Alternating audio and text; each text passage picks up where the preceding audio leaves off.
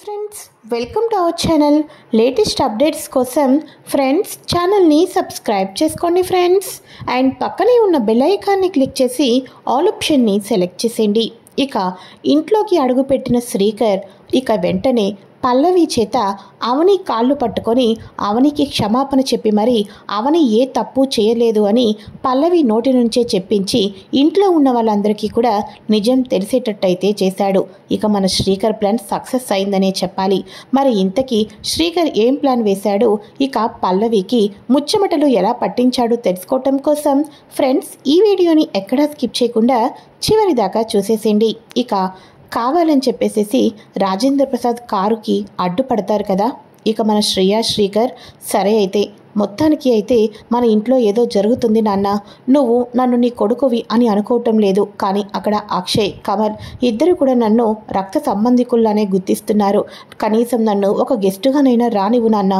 ఈ ఇంట్లో ఒకటి తర్వాత ఒకటి జరగకూడనివన్నీ జరుగుతున్నాయి, అవేంటో తెలుసుకుంటాను. నా గెస్ట్ రోల్ ముగిసిన తర్వాత నేను కావాల్సి వస్తే ఆ ఇంటి నుంచి వచ్చేస్తాం నాన్న అని చెప్పేసేసి ఎంతగానో రిక్వెస్ట్ చేస్తూ ఉంటారు శ్రీకర్.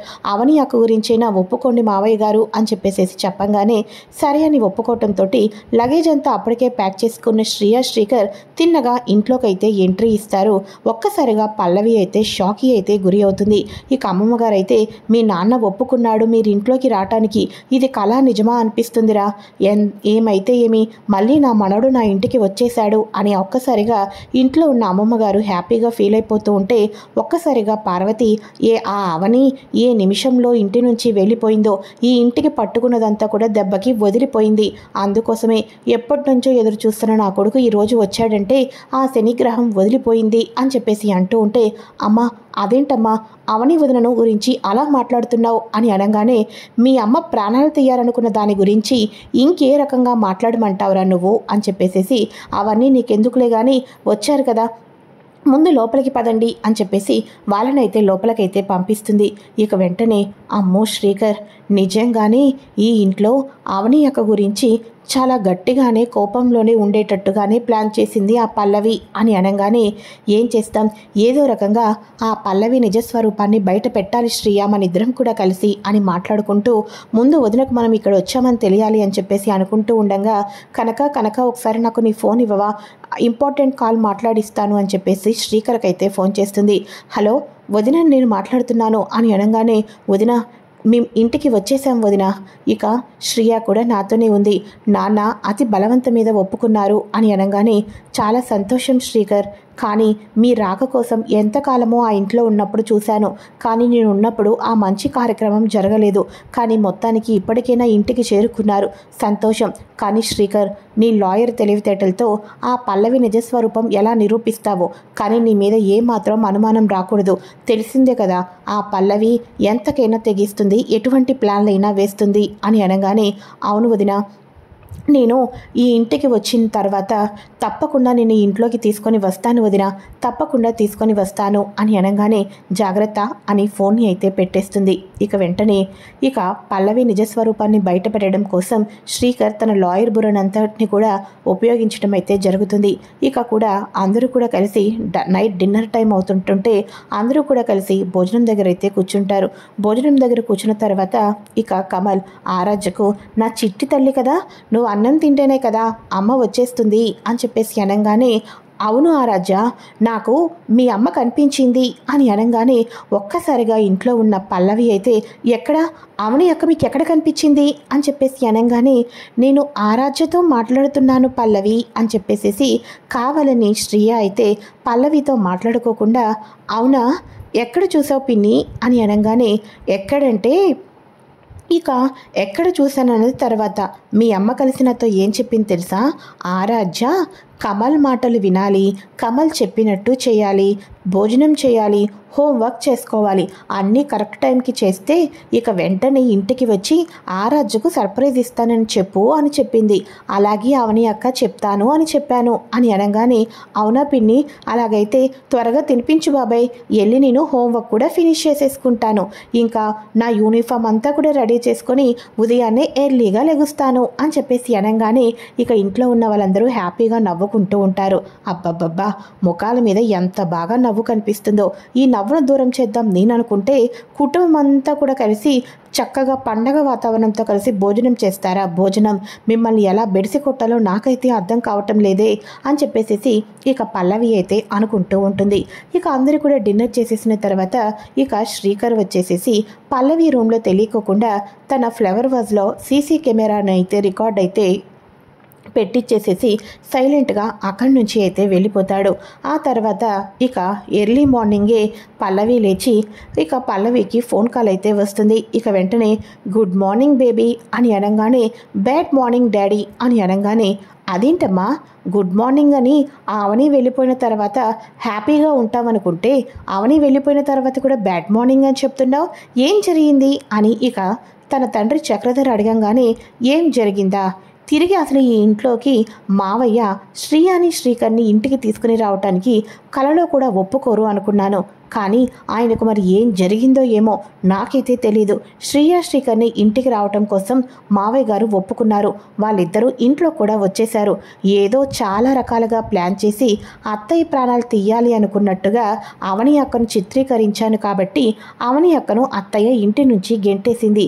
ఇప్పుడు ఈ శ్రీకర్ని గెంటేయాలంటే మళ్ళీ నేను ఎన్నెన్ని కొత్త అవతారాలు ఎత్తాలో నాకైతే అర్థం కావటం లేదు. అవని అక్కనైతే బ్యాట్ చేయగలిగాను. ఇప్పుడు శ్రీయాని కానీ శ్రీకర్ని కానీ బ్యాట్ చేయాలి అంటే ఇంట్లో ఉన్న వాళ్ళందరికీ వాళ్ళ సపోర్ట్ ఉంది. అమ్మమ్మ గారికి అవని అక్క మీద కోపం ఉంది కాబట్టి నేను చెప్పినట్టు చేశారు. ఇప్పుడు శ్రీయ అన్న కూడా తనకు ప్రేమే ఉంది డాడ్. కాబట్టి వీళ్ళిద్దరిని ఎప్పుడు పంపిస్తానా, మనం అనుకున్న ప్లాన్లన్నీ ఎప్పుడు సక్సెస్ అవుతాయని నాకు చాలా భయంగా ఉంది డాడ్ అని అనగానే దేనికైనా టైం వస్తుందమ్మా. ఆ అవనిని అంత త్వరగా ఇంటి నుంచి గెంటిచ్చేద్దాం అనుకున్నావా, కానీ వెళ్ళిపోలేదు. అలానే వీళ్ళకు కూడా టైం వస్తుంది. అలానే నువ్వేది తొందరపడి ముందుకు నిర్ణయాలు తీసుకోబాకు అని చెప్పేసి తన తండ్రి చెప్తూ ఉంటే ఏంటో డాడ్, ఇక అవని అక్కను గెంటించడానికైనా ఒక పని చేశానా, ఎన్నెన్ని పనులు చేశాను, ఆఖరికి ఎంత డబ్బు పెట్టుబడి పెట్టాము. ఆ తాగబోతోడికి అయితే 3 లక్షల హారాన్ని 5 లక్షలు ఇచ్చి మరీ కొనుక్కున్నాను. అంతేకాదు ఇక మొత్తానికి ఆస్తిని నేను పనంగా పెట్టాను కదా డాడ్.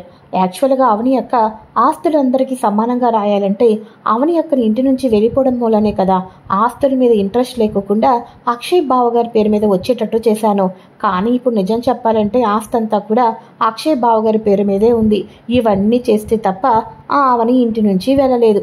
మరి వీళ్ళని ఎప్పుడు తరిమిస్తానో ఏంటో అని చెప్పేసేసి అంటూ ఉంటే బేబీ ఒకసారి ఇంట్లో ఉన్న వాళ్ళందరూ నీ మాట నమ్మారని చెప్పేసి ప్రతిసారి నమ్ముతారని చెప్పేసి గ్యారంటీ లేదు. జాగ్రత్త బేబీ, నువ్వు వాళ్ళని ప్రేమగా నటించు, టైం వచ్చినప్పుడు చెక్ పెట్టడానికి రెడీగా ఉండు అని అనగానే ఓకే డాడ్ ఉంటాను బాయ్ అని చెప్పి అనగానే అవునమ్మా ఒక్క నిమిషం, ఆ అవని వెళ్ళిపోయింది కదా, ఇంతకీ ఎక్కడుంటుంది, ఏం చేస్తుంది, ఏమన్నా తెలిసిందా అని అనగానే నాకు అనుమానం వచ్చింది డాడ్. ఆరాధ్య స్కూల్ దగ్గరికి తప్పకుండా వస్తుంది అనుకున్నాం, కానీ స్కూల్ దగ్గరికి కూడా రాలేదు. ఎందుకంటే అవని అక్క గుండె పగిలిపోయినట్టుంది. నా అనుకున్న కుటుంబమే తనని గెంటేయటంతో ఇక ఏం చేయలేక దిక్కుతోచని స్థితిలో మానసిక క్షోభ అనుభవిస్తూ చివరాఖరికి చావే దారిలాగా ఎంచుకుంటుందేమో, ఎవరికి తెలుసు అని చెప్పేసి పల్లవి అయితే ఫోన్ని పెట్టేస్తుంది. ఇక పల్లవి ఫోన్ని పెట్టేసిన తర్వాత ఒక్కసారిగా శ్రీకర్ అయితే ఎంట్రీ ఇస్తాడు. ఇక వెంటనే ఏంటి పల్లవి మాట్లాడడం ఆపేశావే, మాట్లాడు అని అనగానే అబ్బే ఏం లేదు బావా, డైలీలానే ఏమ్మా లేచావా తిన్నావా ఉన్నావా అని, అందులోనూ నేను ఒట్టి మనిషిని కాదు కదా, ట్యాబ్లెట్లు వేసుకున్నావా చెకప్కి వెళ్ళావా అని మా డాడ్ కాల్ చేశారు అని అనగానే అవునా మీ డాడ్ నీ యోగక్షేమాలు కనుక్కుందామని ఫోన్ చేశారా, అలాగే అయితే అని అనగానే సరే బావా ఇంతకీ నువ్వేంటి నా రూమ్కి వచ్చావు అని అనగానే నీ రూమ్లో వాల్యుబుల్ ఐటెం ఒకటి ఉంది, అది నాకు చాలా ఇంపార్టెంట్, నాకే కాదు అవని వదినకు కూడా చాలా ఇంపార్టెంట్, దాన్ని తీసుకుందామని వచ్చాను అని అనగానే దేన్ని బావా అని అనగానే సారీ పల్లవి నీకు తెలియకోకుండా ఈ వస్తువుని ఇక్కడ పెట్టాను, ఇప్పుడు నీకు తెలిసినట్టుగానే తీసుకుంటున్నాను అని ఫ్లవర్ బొకేలో నుంచి సీసీ కెమెరాను అయితే తీసుకుంటాడు. ఒక్కసారిగా పల్లవికి ఏసీలో ఉన్నప్పటికీ కూడా చెమటలు పట్టేస్తూ ఉంటాయి. ఏంటి ఇంకా నేను ఏమీ మాట్లాడుకోకుండానే అలా ఒళ్ళంతా చెమటలు పట్టేస్తున్నాయి, నువ్వు మీ నాన్నతో మాట్లాడుకున్నావు కదా, యాక్చువల్గా లాయర్ని కదా, లాయర్ బుర్ర వేరేలాగా ఉంటుంది, ఇక ఈ సీసీ కెమెరాని క్యాజువల్గా పెట్టానో, అవని వదినని ఇంటికి తీసుకుని రావడానికి పెట్టానో, నువ్వు నిజంగా మీ నాన్నతో మాట్లాడావో, ఇంకెవరితో మాట్లాడావో, మీ నాన్నతో మాట్లాడితే అసలు ఏం మాట్లాడావో అన్నది మొత్తానికి ఈ వీడియోని టీవీకి కనెక్ట్ చేసుకుంటే తెలిసిపోతుంది. ఒక్క నిమిషం ఆగు, దీన్ని ఇప్పుడే సెట్ చేసేసి నువ్వేం మాట్లాడావు అన్నది మొత్తానికి బయట పెట్టిస్తాను అని చెప్పేసి అనగానే ఒక్కసారిగా బావా ప్లీజ్ వద్దు అని అనగానే ఇక వెంటనే అవునా, అలా అయితే నీ నిజస్వరూపం ఈ ఇంట్లో వాళ్ళందరికీ తెలియకముందు, నిన్ను చంప పగలకొట్టి ఈ ఇంటి నుంచి మెడ పట్టుకొని బయట గెంటే ముందు నువ్వు చేయవలసిన పనులు చాలానే ఉన్నాయి అని అనగానే నువ్వు చెప్పినట్టు చేస్తాను బావా, నిజంగా నన్ను నమ్ము అని చెప్పేసి అనగానే నమ్ముతా, అవని వదిన మళ్ళీ ఈ ఇంటికి వచ్చినప్పుడు అప్పుడు నేను నమ్ముతాను. నువ్వు ఏం చేస్తావో నాకు తెలీదు. 24 గంటలు, నీకు కేవలం 24 గంటలు మాత్రమే ఛాన్స్ ఇస్తున్నాను. ఈ లోపల అవని వదిన ఏ తప్పు చేయలేదని ఈ ఇంట్లో ఉన్న ప్రతి ఒక్కరూ తెలుసుకోవాలి. అవని అక్క దగ్గరికి వెళ్ళి ఈ కుటుంబం అంతా క్షమాపణ చెప్పి నువ్వు ఏ తప్పు చేయలేదమ్మా, మేమే అనవసరంగా నీ మీద తప్పుగా అనుకున్నామని అవని అక్కను కుటుంబం అంతా కూడా తిరిగి ఇంటికి తీసుకొని రావాలి. అలా జరగలేదే అనుకో, ఆ నెక్స్ట్ సెకండ్ ఏం జరుగుతుందో తెలుసా? వీడియోని అయితే ఇంట్లో ఉన్న వాళ్ళందరికీ చూపిస్తా. ఇంట్లో ఉన్న వాళ్ళందరూ ఎలా రియాక్షన్ అవుతారో నాకైతే తెలీదు, కానీ ఒక్కడు మాత్రం ఎలా రియాక్షన్ అవుతాడో నాకు బాగా తెలుసు. వాడే నా తమ్ముడు కమల్. వాడికి వాళ్ళ వదిన అంటే అమ్మ తర్వాత అమ్మ. మా అమ్మని ఎంతగా ప్రేమిస్తాడో మా అవని వదినను కూడా అంతకన్నా ఎక్కువగానే ప్రేమిస్తాడు. అవని వదిన ఇంటి నుంచి వెళ్ళిపోయినందుకే ఇప్పుడు వాడు తట్టుకోలేకపోతున్నాడు. దానికి కర్త కర్మ క్రియ అన్నీ నువ్వే తెలిసినాయి అని వాడికి తెలిసిందే అనుకో, ఇక నువ్వు కడుపుతో ఉన్నావని కూడా చూడకోకుండా నిన్నేం చేస్తాడో నేను ప్రత్యేకంగా నీకు చెప్పవలసిన అవసరం ఏమీ లేదు. ఇక్కడ దాకా తెచ్చుకుంటావో 24 గంటల లోపల మా వదినను కడిగిన ముత్యంలాగా ఈ ఇంట్లోకి అడుగు పెట్టనిస్తావో నీకే వదిలేస్తున్నాను అని చెప్పేసి శ్రీకర్ అదిరిపోయే ప్లాన్ తోటి పల్లవి ఒక్కసారిగా దిమ్మ తిరిగిపోతుంది. ఇక శ్రీకర్ అయితే వార్నింగ్ ఇచ్చేసి బయటకైతే వచ్చేస్తాడు. ఇలా బయటకు వచ్చిన తర్వాత లాభం లేదు, శ్రీకర్ బావా నిజం అందరికీ చెప్పే లోపల అవని అక్క ఏ తప్పు చేయలేదని నేను నిరూపించాలి. ఇక తర్వాత సంగతి తర్వాత, మెల్లగా నేను అనుకున్నది ఏదో ఒకటి చేయొచ్చు. ఇప్పుడు నన్ను ఇంట్లో ఉన్న వాళ్ళందరూ కూడా అసహించుకున్నారంటే ఇక ఎప్పటికీ నేను ఏమీ చేయలేను. ఈ ఇంట్లో ఉండే ఏదైనా సాధించాలి. కాబట్టి ఈ ఇంటి నుంచి నేను గుమ్మం దాటి వెళ్ళకూడదు అని చెప్పేసేసి ఇక వెంటనే చాలా తెలివితేటలతో ఆలోచిస్తూ ఉంటుంది. ఆలోచించిన తర్వాత అందరూ కూడా హాల్లో ఉంటారు. ఇలా అందరూ కూడా హాల్లో ఉండగా పార్వతి వచ్చి ఒరే శ్రీకర్ నీకు ఇష్టమని పెసరట్టు ఉప్మా చేశానురా, రండిరా తినండి అని అనగానే కాసేపు ఆగి తింటానమ్మా, న్యూస్ పేపర్ చదువుతున్నాను కదా అని చెప్పేసేసి అంటూ ఉంటారు. ఇలా అందరూ హాల్లోనే కూర్చొని మాట్లాడుకుంటూ ఉంటారు. ఇలా హాల్లో కూర్చుంటూ ఉన్నప్పుడు కోమలి అంటూ ఉంటుంది, ఏంటో నీ కొడుకు వచ్చాడని చెప్పేసేసి ఈ కూతులని పూర్తిగా మర్చిపోయావు, మమ్మల్ని బ్రేక్ఫాస్ట్కి పిలవటం లేదేంటి అని అనగానే ఊరుకోవే, ప్రతిరోజు మీకు వడ్డిస్తూనే ఉన్నాను. వాడికి ప్రేమతో వడ్డించి చాలా రోజులైపోయింది, అందుకోసమే వాళ్ళని అలా పిలిచాను. అయినా తల్లికి ఎప్పుడు బిడ్డలు సమానమే అని చెప్పేసేసి పార్వతి అంటూ ఉంటుంది. అయితే ఇక ఇదిలా ఉండగా అత్తయ్య మావయ్య శ్రీకర్ కమల్ అక్షయ్ బావగారు అని చెప్పేసేసి పల్లవి హడావిడి చేస్తూ ఉంటుంది. ఇక వెంటనే పల్లవి హడావిడితోటి ఎందుకు పల్లవి అలా అరుస్తున్నావు, ఏమైంది, ఒక్కసారిగా ఇంట్లో ఉన్న వాళ్ళందరినీ పిలుస్తున్నావు అని అనగానే ఏమీ లేదు, ఇందాక ఇంటి దగ్గర క్లీన్ చేస్తున్నాను, అలా ఇల్లు క్లీన్ చేస్తున్నప్పుడు ఈ ఫైల్ దొరికింది, ఏదో ఫైల్ అని చెప్పేసేసి నార్మల్గా పక్కకి పెట్టేశాను. కానీ ఇప్పుడు ఫ్రీగా ఉన్నాను ఓపెన్ చేసి చూసేసరికి ఒక్కసారిగా నేనే స్టన్ అయిపోయాను. ఈ ఫైల్ని చూడండి మావయ్య గారు, ఈ ఫైల్ని చూడండి అత్తయ్య అని చెప్పేసి ప్రతి ఒక్కరికి ఫైల్ని అయితే చూపిస్తూ ఉంటుంది. ఇక వెంటనే అందరూ చూసేదేందైనా నాకేముందో చెప్పండిరా అని చెప్పేసేసి అమ్మమ్మ గారు అంటూ ఉంటారు. ఇక వెంటనే ఆ ఫైల్లో అవని తన భర్తకి కాకుండా ఇంట్లో ఉన్న 4 పిల్లలకి ఆస్తి మొత్తం దక్కాలి అని చెప్పేసి నోటీస్ అయితే రాయిస్తుంది కదా, ఆ నోటీస్ని పల్లవి తీసేసుకొని అక్షయ్ పేరు మీద మొత్తం వచ్చే నోటీస్ని మాత్రమే అవని ఫైల్లో పెట్టేయడంతో ఈ పాత రిపోర్ట్స్ అన్నీ కూడా మన పల్లవి దగ్గరే ఉంటాయి కదా, ఇక వాటిని తీసుకొని రంగంలోకి దిగి అవని అక్క అప్పుడు చెప్పింది నిజమే, మనమే అనవసరంగా అపార్థం చేసుకున్నాం, సోఫా కింద నాకు ఈ ఫైల్ కనిపించింది, ఈ డాక్యుమెంట్స్లో ఆస్తి మొత్తం కూడా కమల్ బావకి, శ్రీకర్ బావకి, కోమలికి, ప్రణతికి మాత్రమే చెందినట్టుగా ఇక నోటీసులు రెడీ అయినాయి. ఈ డాక్యుమెంట్స్లో పర్టికులర్గా ఉంది, అవని అక్క చెప్పింది నిజమే, మనమే అవని అక్కని తప్పుగా అపార్థం చేసుకున్నామనుకుంటా అని అనగానే ఒక్కసారిగా కమల్ చెప్పానా మా వదిన ఎప్పుడు తప్పు చేయదు అని ఓకే వదిన మీద ఇష్టం వచ్చినట్టు నోరు పారేసుకున్నారు. ఏ ముసలి ఇప్పుడేమంటావే?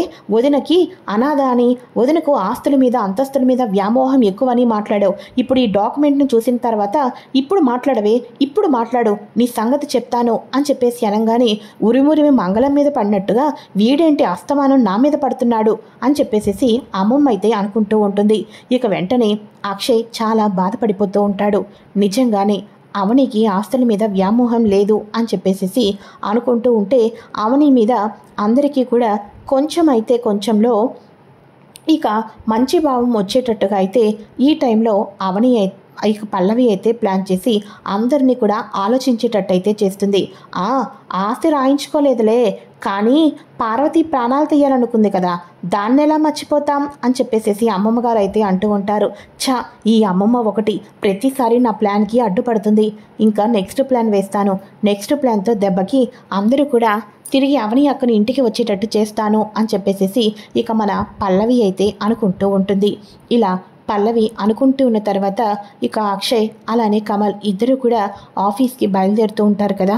ఇలా ఆఫీస్కి బయలుదేరుతూ ఉండగా ఇంట్లో కూరగాయలు అయిపోయినాయి, వెళ్ళి రైతు మార్కెట్కి వెళ్ళి తీసుకొని రాపో అని అనగానే అలాగే కనుక అని చెప్పేసి అవని కూరగాయల మార్కెట్ నుంచి కూరగాయలు తీసుకొని వస్తూ ఉంటుంది. అలా కారులో వెళ్తూ ఉండగా అన్నయ్య ఒకసారి కారు ఆపన్నయ్య, వదిన అన్నయ్య అని చెప్పి కారు ఆపేస్తాడు. ఇక వెంటనే కమల్ పసి పిల్లాళ్లాగా స్పీడ్గా పరిగెడుతూ వదిన నిన్ను చూస్తున్నది నిజమేనా? నా కళ్ళ ముందు ఉన్నది నువ్వేనా?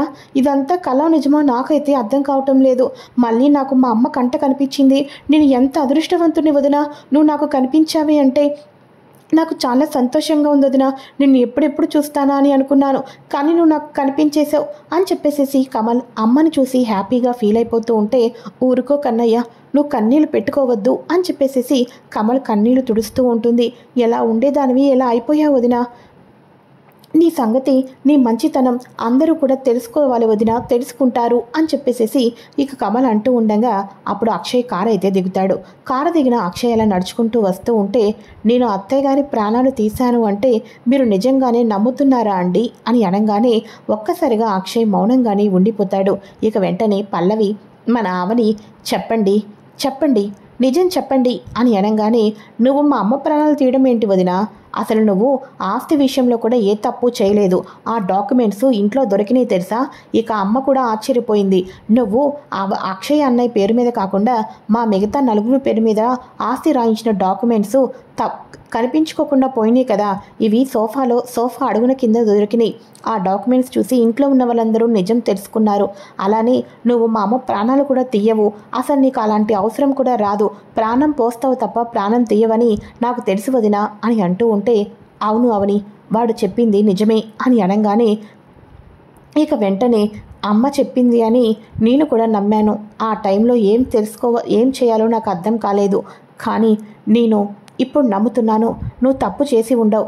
కానీ అదల్లా ఎలా జరిగిందో, అమ్మ నిన్ను తప్పుగా ఎలా అపార్థం చేసుకుందో నాకైతే తెలియటం లేదు అని అక్షయ్ అంటూ ఉంటాడు. పోనీలేండి, ఇప్పటికైనా నేను తప్పు చేయటం లేదు అన్న విషయం నమ్ముతున్నారు, అదే చాలు. న్యాయం ధర్మమే గెలుస్తుందండి. ఎప్పుడైనా కూడా చివరికి అంతిమంది విజయం న్యాయంది, ధర్మంది.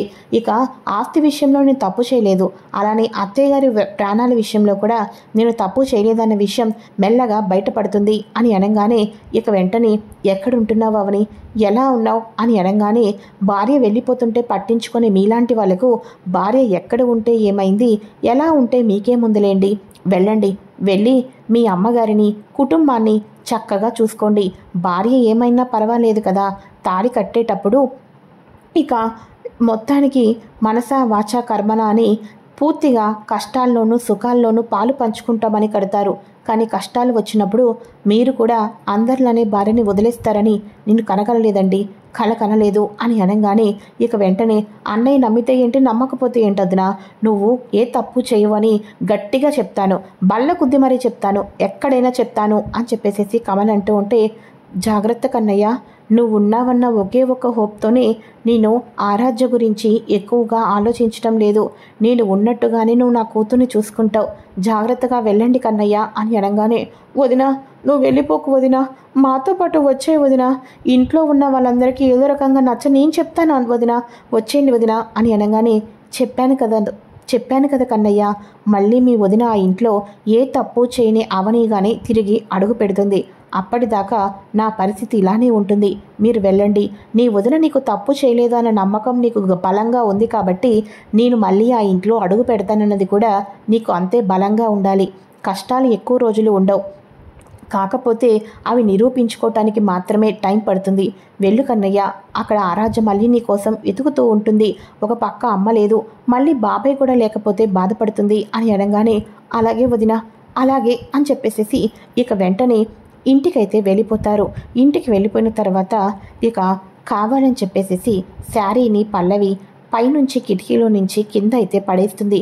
కింద పడేసిన తర్వాత అందరం ఇంట్లోనే ఉన్నాం, డాక్టర్ నన్ను కొంచెం వాకింగ్ చేయమన్నారు అని చెప్పేసేసి వాకింగ్ చేస్తూ ఇక అవని లాంటి శారీని అక్కడ ఉంచి అందరికీ తీసుకుని వచ్చి చూపిస్తే ప్రతిదీ నాకే కనిపిస్తుందనే అనుమానం అయితే వస్తుంది. అవని లాంటి చీర ఈ ఇంట్లో ఉన్నట్టుగా వీళ్ళందరికీ తెలియాలి అని చెప్పేసేసి ఇక వెంటనే పల్లవి అందరూ కూడా ఆ చీరను చూసేటట్టుగా గార్డెన్లో ఒక చెట్టు కొమ్మకు ఏలాడుతున్నట్టుగా అయితే చూపించడం అయితే జరుగుతూ ఉంటుంది. ఇక గార్డెన్లో కూర్చున్న వాళ్ళందరికీ కూడా అవని లాంటి శారీ ఎగరటంతో ఇక వెంటనే ఆ చీర కింద పడిపోవటంతో ఇంట్లో ఉన్న వాళ్ళందరూ కూడా గుమ్మం ముందు పడిన చీరను చూసి షాక్ అయిపోతారు. ఇక వెంటనే కమల్, అరే ఇది అచ్చం అవని వదిన లాంటి శారీలానే ఉందే అని అనగానే ప్రతి ఒక్కరు కూడా అవని వదిన ఇంటి నుంచి వెళ్ళిపోయినప్పుడు ఈ చీరలోనే ఉంది, అలాంటప్పుడు ఈ చీర మళ్ళీ మన దగ్గరికి ఎలా వచ్చింది అని అనగానే ఒకరికొకరు ఇలా మాట్లాడుకుంటూ ఉంటారు. అప్పుడు మన కమల్ అయితే, అమ్మ గుర్తుందా, అవని ఈ చీరే కట్టుకుంది, వెనక నుంచి గబగబా పారిపోవటం నేను చూశాను అని నువ్వు చెప్పావు, నీకు గుర్తుందా అని అనగానే, అవును అని అనగానే, అలా అయితే ఎవరో అవని వదినను నువ్వు ఇలానే చీకొట్టి ఇంటి నుంచి గెంటేయాలని ప్లాన్ చేసి అవని వదిన లాంటి చీరని కట్టుకొని నీ ప్రాణాలను తీసేటట్టు చేసి నిన్ను నమ్మించడం కోసం ఇదంతా ప్లాన్ చేశారు అని ఇక్కడ పర్టికులర్గా అర్థమైపోతుంది అని అనగానే, అవును ఇదంతా నిజమే, అవని లాంటి చీర ఇంట్లోకి వచ్చింది అంటే మన శత్రువు ఎవరో ఇంటికి వచ్చారని అర్థం. మన శత్రువు ఇదంతా చేసి అవనిని ఇంటి నుంచి పంపించడం కోసం వాళ్ళ ప్లాన్ వర్కౌట్ చేసుకున్నారని అనిపిస్తుంది అని చెప్పేసేసి ఇక మన కమల్ కూడా అంటూ ఉంటాడు. శ్రీకర్ కూడా అలానే అంటూ ఉంటాడు. ఇక ఇంటిల్లాదిపాది కూడా అవని ఏ తప్పు చేయలేదు, మనమే తప్పుగా అపార్థం చేసుకున్నాం, అవని లాంటి చీర వచ్చింది, అవని నీ ప్రాణాలు ఎందుకు తీస్తుంది, పార్వతి నువ్వు నిజం తెలుసుకోలేదు కానీ అని చెప్పేసేసి ప్రతి ఒక్కరు కూడా అవని ప్రాణాలు తీయలేదు, అవనిలాగా మారువేషంలో ఇంట్లో ఇంకెవరో వచ్చారు అన్న విషయం అయితే తెలుసుకుంటారు. ఇక ఆ విషయం తెలుసుకున్న తర్వాత పల్లవి, అసలు అవని అక్క ప్రాణాలు ఏమీ తీయలేదు అత్తయ్య, అవని అక్క ఏ తప్పు చేయలేదు, మనమే అందరం కూడా కలిసి అవని అక్కను తప్పుగా అపార్థం చేసుకున్నాం. ఇక అక్షయ్ బావ గారు గొప్ప బిజినెస్ మ్యాన్ కదా, అక్షయ్ బావ గారిని దెబ్బ కొట్టడం కోసం ఎవరో ఈ రకంగా పర్సనల్ లైఫ్ని దెబ్బ కొట్టడం కోసం ఈ రకంగా మారువేషం వేసుకొని వచ్చి మన ఇంటి వెనక నుంచి వెళ్ళిపోయినట్టుగా నాకైతే అనిపిస్తుంది. అందుకోసమే శారీని గబగబా పడేసేసి మళ్ళీ నార్మల్ డ్రెస్లో వెళ్ళిపోయారనుకుంటా అని చెప్పేసేసి పల్లవి చూసినట్టుగానే అందరూ నమ్మినట్టుగానే మాట్లాడుతూ ఉంటుంది. ఇది కదా కావాల్సింది. ఇక ఒకరికొకరు రూమ్లోకి వెళ్ళిపోయి పార్వతి అయితే, అనవసరంగా అవని దృష్టిలో నేను తప్పు